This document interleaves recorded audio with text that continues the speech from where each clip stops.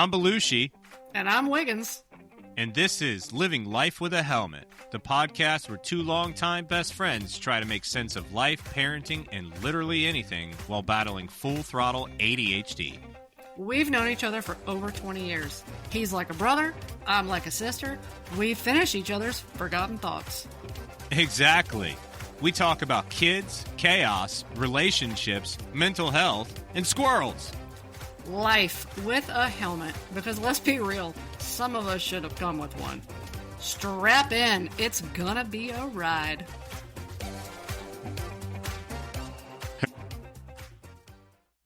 So welcome to the studio. Welcome to our first podcast. I'm really excited we're finally doing this. We're doing right? it, man. What is it, 6 months? I was just gonna say, what, 6 months? June? Yeah. Yeah. 6 months in the making. And how did it start? You guys came to the house. Yeah. And visit on the way home from the in-laws. And I mean, we walked into your kitchen and you and I just took off started making circles. Yeah. I mean, we were two-stepping circles around each other as we were talking about God knows what. Pinging here, pinging there, ping pong, ping pong. Yeah. And the rest of the families were just looking at us like, oh my God.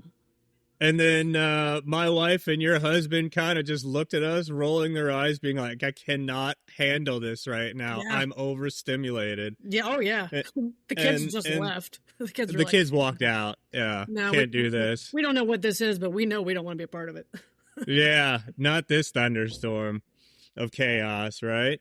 But then all of a sudden, my wife was like, you two should totally start a podcast. Yeah. And we were like, oh, yeah, ha, ha, ha. Funny idea. Wouldn't that be cool? And man, you started talking about it more, and it clearly like took root in your brain. Yeah. And the more you and I talked about it, it kind of latched on with me, and I was like, well, shit, this could be fun. This could be. And it is already. I mean, we just did our intros and outros, and we had a blast doing that. And I mean, this is great. You know? What better to spend my freezing cold morning? Oh, I know. Kids delayed, kids out of school. So it's just, what better way to start a podcast than in pure chaos? Totally. We had such a good plan for this. Like, I was going to drop the kid off at school. You were going to drop the kids off at school. We were going to reconvene in a nice, quiet house. You were actually going to come here. You were going to come and do this in person. And then chaos ensued there. And now, the weather's hit and chaos. Chaos. We thrive in it, though, right? Yes, baby. Hold on. Chaos is calling. I'll be right back. Oh, yeah. So while we're doing that, you're hearing a little bit about how this is a podcast we wanted to do to just talk about life and how handling ADHD and being best friends for a long time. I know when Wiggins gets back, we can talk through some of the peaks and valleys of that and how we lost connection throughout some of it through life. And, that's what happens in 20 years, right? You get married, you have families, you have careers, and you do all the things that life offers. And then, just one simple text of, hey, I'm stopping by your house, you big dumbass, and I want to hang out and see you. And ever since then, I've come to your house and hung out. We've had Friendsgiving. You guys have come to the event over at the wife's new venue, which was awesome. And we're doing a Friends Christmas and just re-entering each other's lives. And what better way to just hang out and talk more often and doing a podcast? Absolutely, dude. I mean, I feel like this has happened to us several times over the 20 plus years that we've been friends, where we'll be big in each other's lives and we'll be talking all the time. And then, like you said, one thing or another will happen just because that's life, especially as you get older and responsibilities kind of stack on. We'll kind of not even really lose touch, but there'll be a silence for a little while. Right. And then, somebody will send somebody else a ridiculous text or some funny video, and it picks right back up. Or, something more serious happens, and like some of life's bigger things. Like, when my dad passed away in March of 23. And I mean, you were one of the first people that I reached out to. And I'll never forget, man. I'll never forget how you showed up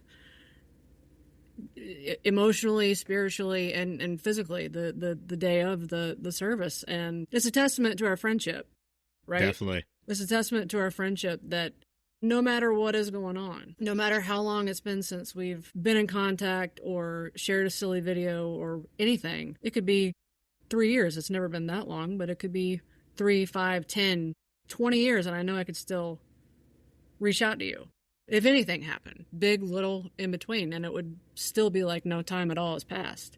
That's a rare thing to have. It's a rare connection. It's a rare friendship like that not only stands the test of time, but that can bounce back like that.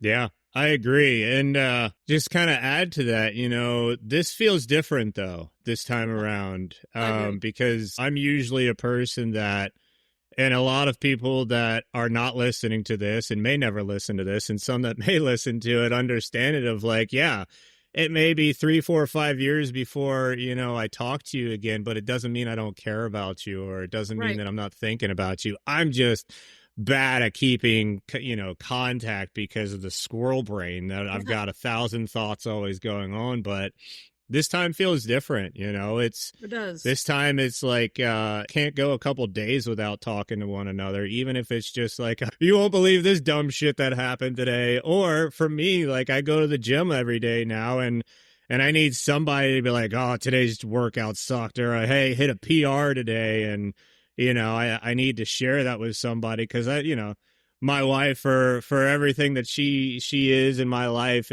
she could care less about the gym and my PRs, because she's just like, you're just gonna hurt yourself. And it's like, yeah, I might, but it's again, I think hitting 40 made it different for me, where it's like, I want to do things right, and I want the people that I care about in my life more in my life. And the circle is small, but the circle is mighty.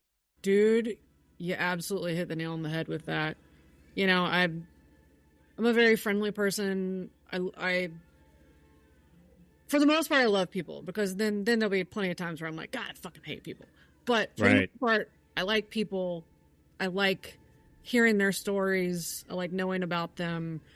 But as I've gotten older, especially, post 40, the circle's gotten very small. And I really like that.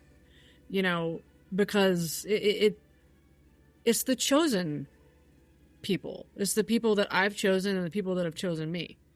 Yes. And it's the people that it's not this big effort. It doesn't feel like this, God, I really got to check in with so-and-so. It's been so long. I don't want them to think that I'm not thinking about them. Man, like you, the squirrel brain is too intense. I've got, you have kids, I have kids. The squirrel brain is like super fired up with kids. Yeah. Because you're trying to manage yourself. You're trying to keep them good and whole and fed and clothed. Yeah. So squirrel brain super takes over when I have the little free time that I do. And this has been a big ramble because, squirrel. But, oh shit, I just dropped something. But yeah, the circle is small, and I really prefer it this way. Yeah, I definitely do too. It's made for me, my ADHD comes out as very aggressive at times, and I get that, and I know that about myself, and it's something I reel in, but like there's a small group that understands that, where I can truly be myself as like a man child and not worry about being judged by it. It's like, that's just him. Yeah. He's having a good time, and he's here for a good time, and cares about the people that he's around. And it's funny because in my personal life, it's how I've become, or I've always been, but I am the complete opposite when it comes into my business world, man. It's like, it's just, it's cutthroat, and it's down to business, direct, and that bleeds into my personal life, where I have to really work on that directness piece, and not be so direct. I can't tell a 9-year-old kid, be like, hey, you're an idiot for doing that. And why did you do that? It's like, hey, walk me through that. Right. Why is this happening? What made you think about that was a good idea? Thinking about it now, maybe I need to adjust my business life too, because a lot of these people these days, you know what I mean? I mean, come on. It is interesting being in business in the post 40 life. Yeah. Because, you know, we have arrived at being some of the older people in business, or at least, you know, within our business communities or in the hierarchies of things. And now we've got these younger people, which, you know, whatever. We've got these younger people that we're working with or leading. And I'm like, man, we do not speak the same fucking language. And No I chance. and I want to feel like we're trying to communicate with each other, but boy, where's the breakdown? And it is hard, like, adjusting to that. I think for anybody, whether, you know, you're squirrel brain like us or not. Because I'm noticing with my husband too, who couldn't be further from ADHD. Holy shit. God bless him. I don't know how he lives such a normal life, but I mean, it's just it's hard. And then, you know, walking it back to kids, you're trying to understand them and have them understand you in a reasonable way, and in a way that, you know, we're not fucking them up. Right. Like we Right. fucked up along the way. That's no shame to our parents, right? Like, that's just Not at all. They did the best they could with what they knew how to do, and cheers to that. But if I can, you know, prevent a little bit of, I don't know, I don't want to say trauma, because I don't feel like I was like mega traumatized. I know some people were. No. No, I mean, yeah, I don't think we had any major traumas in life, right? Like, you know, growing up, my parents got divorced and when I was super young, and there was some things there, but it's not like it's something that like ruined my life or anything like that, right? It's, to me, it's just one of those lessons in life that you got to learn and you figure out. And some people get that lesson, some people don't. It's not anything against the parents. They didn't do anything wrong. It's just life. And so, man, we're already diving in deep here, aren't we? Jesus Christ. Shit. Holy crap. Might be able to splice this up for a few episodes. Shoot. Yeah, maybe. Sprinkle in the deep shit. Exactly.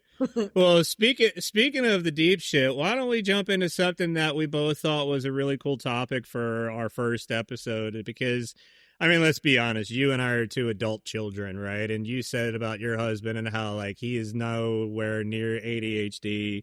My wife is nowhere near it whatsoever. And so I can't imagine how peaceful it is inside of her brain on a daily basis, because mine's just like a hurricane of thoughts and ideas and all these other things. Oh, I want to go try this. Oh, how about this? Oh, let's go play video games. Actually, I don't want to play video games, but maybe I do want to play video games. That would be pretty cool if I played video games. And then you just stand there in front of the video game, like, maybe I'm going to pick up the door, but maybe I'm not. Actually, I have to go pee. I'm going to come back to this, and then you never come back to it because you find something else to do along the way.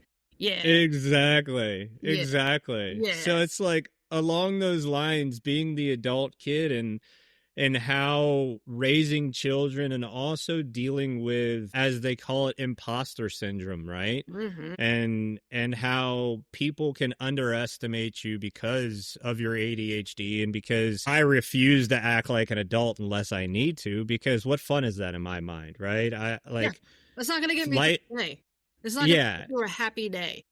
Exactly. You know, but another big piece to that, and I'd love to hear your thoughts on this, through the imposter syndrome and underestimating, but accepting compliments. Mm-hmm. Like, to me, it's like, I got a compliment the other day and my skin almost crawled off of me, and not in the sense of like, I don't like it. It's very appreciative getting compliments, but they're hard to take sometimes, and I don't know why. I don't know what to do with it. Like, I don't know, like, where to put my hands. Gonna stick you in my pocket.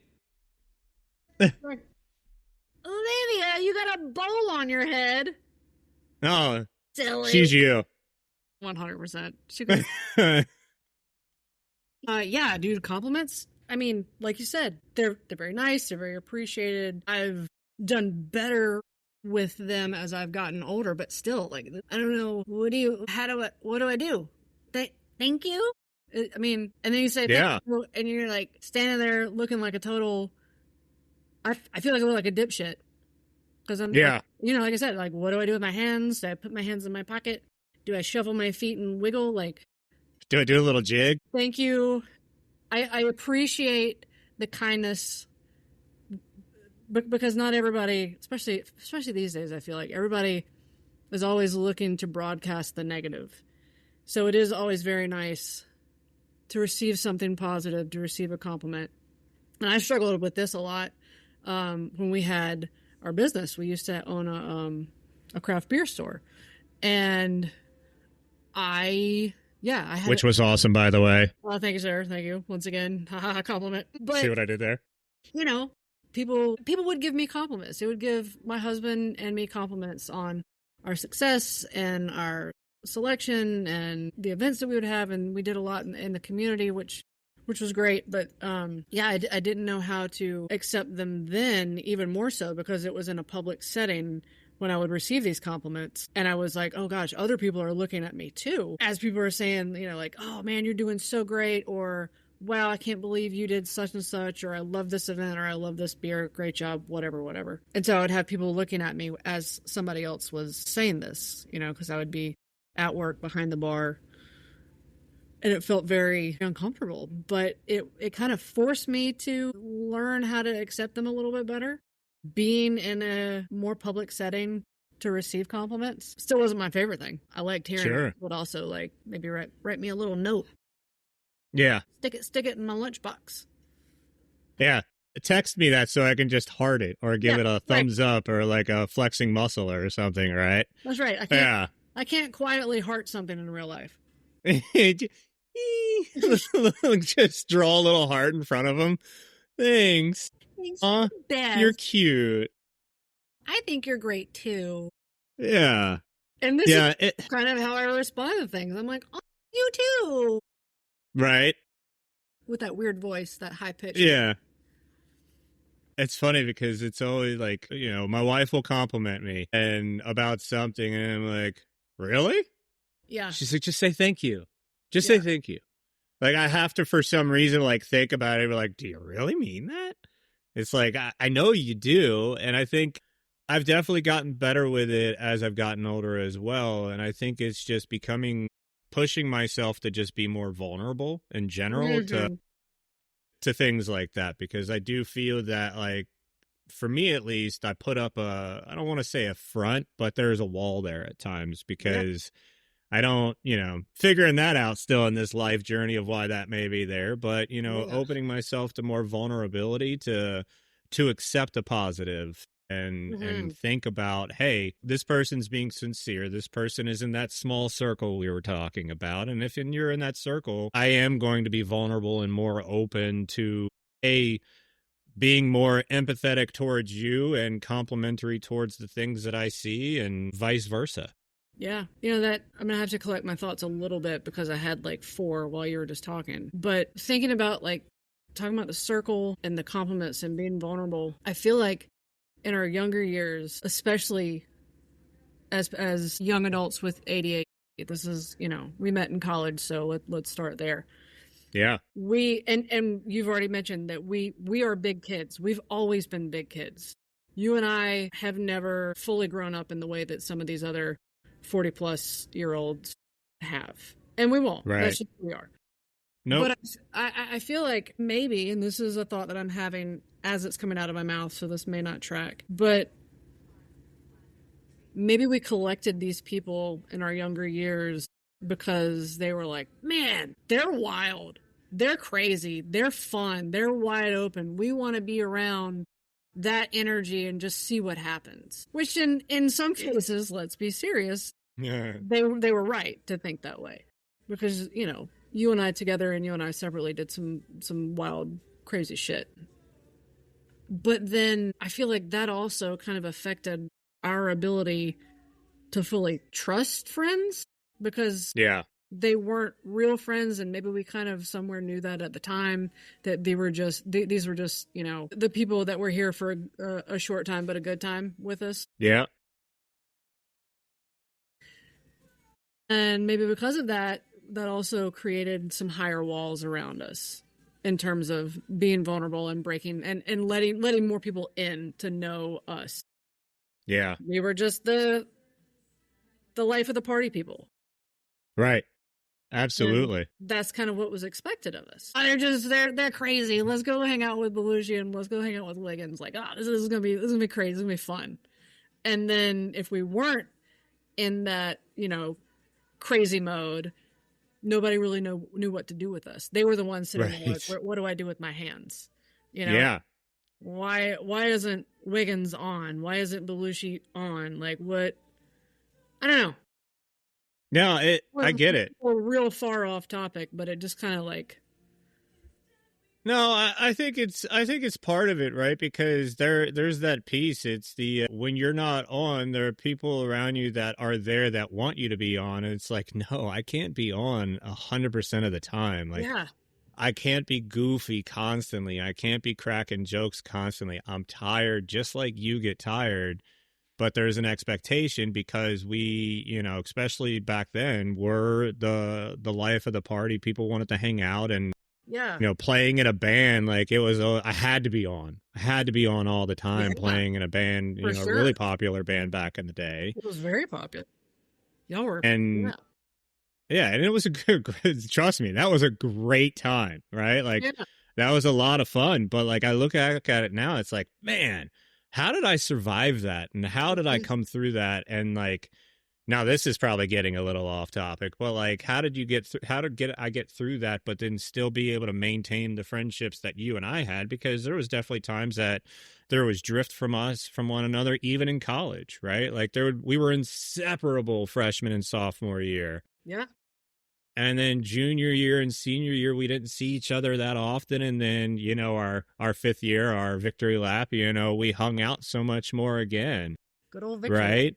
But it's like the people that were only there for you when you were on, they didn't show up for you when you needed somebody just to kind of talk to, Yeah. right? But we were always the person that people could talk to about anything they wanted, and we Yeah. were expected to listen about it, right? And then Yeah. it's just like, where's the reciprocation of that? Expected to listen and expected to bring them up, which Yeah, is great. Like, what a compliment to an individual to that somebody thinks that of you. But on the flip side, you know, there it was quiet for yeah, us when we, you know, I don't know. I felt like those people went quiet on us when we needed real friendship or serious talks or just fucking downtime. You know, yeah, like, hey man, like I just need some human interaction, or I just need to feel like the presence of someone that cares about me and that I care about them, but I really don't want to do anything. Like, come just sit on the couch. Let's just veg out and play video games. yeah. And there just weren't that many. There wasn't. And I think that's what really drove. I'm really good at English at times too. The imposter syndrome of like, well, I can't be that good of a person if they don't want to hang out with me when I'm not up, you know, if, Right. you know, and that's the big thing about ADHD, right? There's mood swings, there's energy swings, and the people there that are only there for you in those positive energy swings, but don't show up for you in the times of the negative ones where like you're in your head. There's always 1,000 thoughts going through my mind, over exaggerative, not real. And what is it they say? Like 85% of the overthinking thoughts you have will never happen. But the little jackass in my head doesn't know that. And he never shuts up. No. Right. And And so that, he convinces us that all these crazy things, awful things are going to happen. And then we right. sit there and just spin, and we work ourselves up into this lather, you know. How do you stop it? How do you, how do you stop that, those 1,000 thoughts in your brain? Man, if you and I could answer that on this podcast, the way we wouldn't have to work a day in our life, right? Amen. I mean,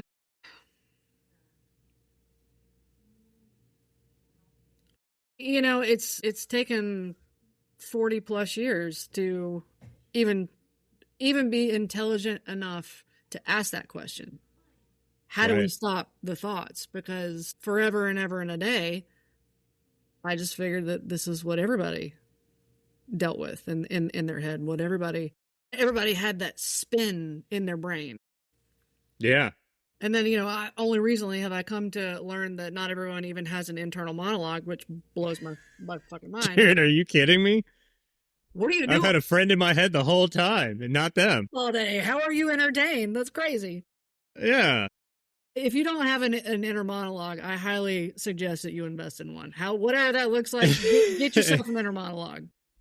I asked the family the other day, I'm like, do you read to yourself like in your brain? Like does your brain read to you? And my daughter with ADHD was like, yup. And my son without ADHD is like, no, not at all. I'm like, so it's just silent in there? It just doesn't even. It's just there's nothing going on, like nothing. It's just calm and serenity. He's like, yeah, for the most part. I'm like, wow. I'm going to take a deep breath for you because that sounds peaceful. What that must be like. And as a kid, right? Like, Jesus. I couldn't imagine that. No. I wonder how much differently I would have turned out if my brain was silent as a kid. Well, I could tell you all the intrusive thoughts and all the things that I don't mean to say wouldn't be said. I can tell you that. Yeah. Wow. You know? Oh, yeah. That's wild. Good for him. Yeah, good for him. He's... I'm proud of him for that one. He's definitely got that from his mama because his daddy ain't got that skill. No. But to kind of bring it back around, for me, what I've learned recently as I've been in the season that I am, just trying to figure it out a little bit more, because they say your 40s are your best, and I'm realizing it, like, they are. And I was telling my parents, I was like, I now realize why you said you 40s were your best, entering the prime, because you just don't give a shit anymore. Yeah. But part of that not giving a shit is more so giving a shit about myself and choosing myself in the sense of like mental health. Like, man, let's be real. For the past 20 years, the mental health has not been there, right? It's been suppressed by alcohol and other things. And, sure, alcohol has not been in my life now for a year and a half, specifically because I chose myself, and that's why it's not in there anymore. And I don't think I'll ever go back to it. So proud of you. Yeah, I appreciate that. Say, what do I do with that compliment? Right, but that's something that I know you are proud of you for. I am. I absolutely am. Having known you all these years and having seen you walk this life, I'm really fucking proud of you. Yeah, and I appreciate that. It's not an easy thing to do. My husband also made that choice. He quit drinking. It'll be 3 years in February. Wow. And kudos to him. It's a hard thing to make the decision and stick to it. And, that's awesome, dude. Like, you should be proud of yourself every damn day you wake up for that. For that alone. For a lot of other things, but just for that alone. Yeah, I appreciate it. And that was the first step, right? And kind of back to that silencing the voice in my head. It's so funny because I'll realize I'm getting too deep into my skull and too deep into my thoughts, where I'll have to verbally out loud say, shut the hell up. You are not real. And it's like, that's working for me right now. Yeah. It really is, because I'll be going down these rabbit holes in my head, and then like I'll get in a bad mood because of it. And my wife will be like, that's just not real, right? It's just not real. And I'm like, yeah, well, maybe it is. And it's like, no. And it's hard to accept that it's not. Especially like after all these years of just believing that damn voice. Right. And I read something, I don't know, not long ago, that was somebody named the voice in their head. I like that. And it was like, Brenda or something. Sorry if a Brenda listening. But the person that was talking about this was like, I would spiral and spiral and spiral so hard. And I would end up with this crazy, overwhelming anxiety about God knows what. And once I named the voice, I would like start to recognize the spiral, and I could say out loud, Brenda, I don't have time for this today. Yeah. She was like, and putting a name to it gave me so much more power to shut it down. She was like, it doesn't always work, but it's so much more effective than she ever thought that it would be. And I've been thinking about that too. Like, man, I need to name it. And like, what name would I give it? It'd have to be something that just like, just like makes your nose turn up and like your mouth turn down. Like, ugh. We took our kids' names when they're kind of being in their modes of just being pure children. Mm-hmm. We've taken their names and we say them backwards because it gets them to pause and kind of just start laughing. And it's like, wait a minute, what? Oh, and funny. Just using those words backwards. And so I started doing that to myself the other day when actually just last night, one of them said my name backwards. I'm like, I'm going to name my inner dialogue that for when it's acting like a raging asshole. Yeah. I like that, man. I just like the idea of humanizing it. Feels more like something you, I don't know, have control over. And I don't know how you feel, but as someone with ADHD, I feel there's not much that I can control. And so sometimes I like overreach for control over different things because I'm so scattered in my brain and it feels like nothing up there is within my control. So I try to control different little things. And I try not to micromanage because I hate that. I hate micromanaging. Yeah. But coming back to it, giving it a name, I can kind of control that voice a little bit more. And maybe in a sense kind of control how my day is going to go, or at least that, 10, 15 minute, 30 minute stretch where sometime that I would have been spiraling and having anxiety about something, maybe I've been able to shut it down easier.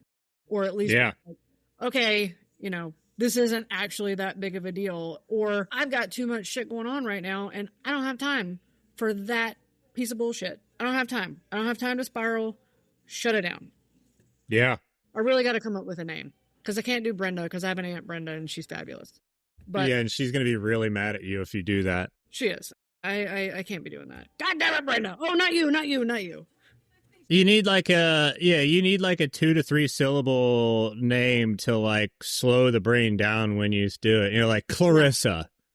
Stop explaining it all, Clarissa, you little bitch. Yeah, bitch. Although I did love that show. God, what a good show. It's a good show. Elvis, it was a great show. Remember that little alligator in there? He lived in a baby pool, and to this day, I'll see a baby pool. It makes me think of that show. Dude, that is so funny. That show and Elvis, the tiny alligator, living in a baby pool in her bedroom. I really that is not about her parents. Now you can just have Elvis in a baby pool in your brain and say, "Shut up, Elvis." Oh, I kind of like that. Listen, Elvis, go back in your baby pool. Not today, you bitch. Yeah, I like it. I might have to. I like it. That's a good one. Well, we're getting up on our time here for this first episode, and I'm trying to keep us reeled in a little bit, but I'm going to leave you with this one little hilarious nugget that has already happened today to me. Yes. Because, again, my brain had been going 1,000 miles an hour leading up to this because I've been so excited the past couple of days, really locked in trying to get all this done. Hell yeah. So we have a little miniature Dachshund named Goose. And today he was supposed to get a grooming, and I'm the one that scheduled the grooming last week. I'm the one that put it on the calendar for Goose's grooming today. And Goose was supposed to be dropped off at the vet, the groomer, between 8 and 8:30 this morning. Guess who forgot to take Goose to the groomer this morning? This guy. No alarm set on my calendar or anything. I did all the steps needed to do to remind myself to take that little shit to the groomer. And I completely forgot. Fortunately, the wife came in off the top rope and took him to the groomer and took the kids to school and was the superhero of the day. So she gets the superhero of the day award in our house already. Way to go, Mrs. Belushi. Hell yeah. Yeah. She loves that name too. On the flip of that, or maybe not even the flip, but piggybacking on that. So we have 2 dogs. We've got Gypsy and Ollie, and Gypsy is 10 and a half. She's like suddenly getting these chronic ear infections, and we're trying to figure out what that's all about. So anyway, I had to take her to the vet. I've got to give her 2 different sets of drops in both ears. She hates me. She's convinced that I don't love her anymore. You know, it is what it is. So I've got that going on. And then our other dog, Ollie, she's got this rare, really awful autoimmune disorder. And we're trying to help her through this a little bit. She had it when we rescued her. But so now I've got one dog who has to have 2 different drops in both ears every night. I've got another dog who we've just started like water therapy with. So I'm having to schedule that, remember to take her, get her there on time, which is like 30 minutes away, whatever. And now we're bumping her care up a little bit. So she has to have at-home injections, which I know, bless her heart. But I'm the one doing it. And I'm also sitting here like, what the fuck? How did this end up on me, the one who can't remember her keys? When I'm in the car and I'm like, why won't the car turn on? Because I don't have keys. So now I'm giving one dog ear injection, or not ear injections, Jesus, eardrops. And then the other dog has to have an at-home injection twice a week. And I'm trying to keep up with all this shit. And I'm like, I gotta keep these damn dogs alive. How am I gonna keep these dogs alive? How is this on me? This is awful. Like the stress. Oh my God. While keeping a tiny human alive too, right? Right, while doing that. Gracious sakes alive. It's no wonder I forget to shower some days. If you don't stink, it don't matter. That's all right. It's fine. If I don't smell, how will people know what I smell like, right? That's right. Wait a minute. What? Well, I think that's a good time to wrap up this first episode, and I can't wait to do another one with you here soon. So I'm thinking out loud as we do this with the podcast and people hear this. We'll do this once a week. We may bundle up some recordings in a week, but that way we can send them out. But as you guys know, we do have crazy lives, and the crazy brains just kind of also forget things. And we'll do what we can. But I'm excited to keep doing this with you, Wiggins. I appreciate you stepping into this world. This is a lot of fun. This is fun, and I can't think of anybody else I'd do it with. Amen. I agree with you there. Well, until next time, friendos, we'll talk to you soon. Later.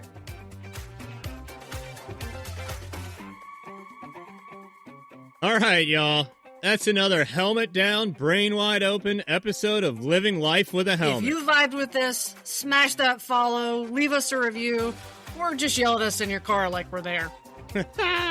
We drop new episodes every week, so tell your ADHD cousin, your hot mess bestie, or your emotionally exhausted therapist.